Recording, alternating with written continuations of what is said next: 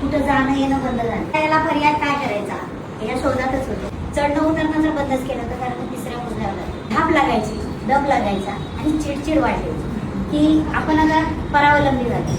पहिल्या 6 दिवसाचा प्रोग्राम इथं केला नाही. तिसऱ्या दिवसातच माझी झोप चांगली झाली, झोपेमध्ये सुधारणा झाली, हळूहळू ऍसिडिटी कमी झाली, हेअरफॉल थांबला, अंगावर सूज येत होती, पायावर मुंग्या येत होत्या, तासभर राहिलं तर घोटे सुजत होते, संपूर्ण शरीरावर सूज होती, औषध गोळ्यांचे साईड इफेक्ट होते.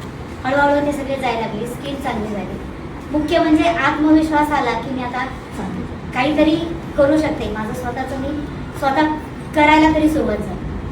हळूहळू व्यायामाला सुरुवात केली. फिजिओथेरपीचे व्यायाम तर मला कंपल्सरीच करायचे, तेही सोडून दिले होते नर्वसनेसने. ते व्यायामाला सुरुवात केली.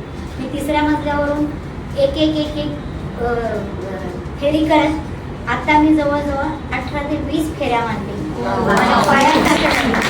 संपूर्ण शरीरामध्ये ड्रास्टिक बदल झाला की जो मी वर्णनच करू शकतो, त्याचे शब्दच मला कमी पडते. झोप तर चांगली झाली, ऍसिडिटी कमी झाली, पायामध्ये ताकद झाली, अंगावरची सूज कमी झाली आणि आत्मविश्वास वाढला.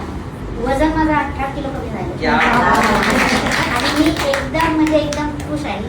जीवनाकडे बघण्याचा नवीन दृष्टिकोन मला इथं आल्यामुळे.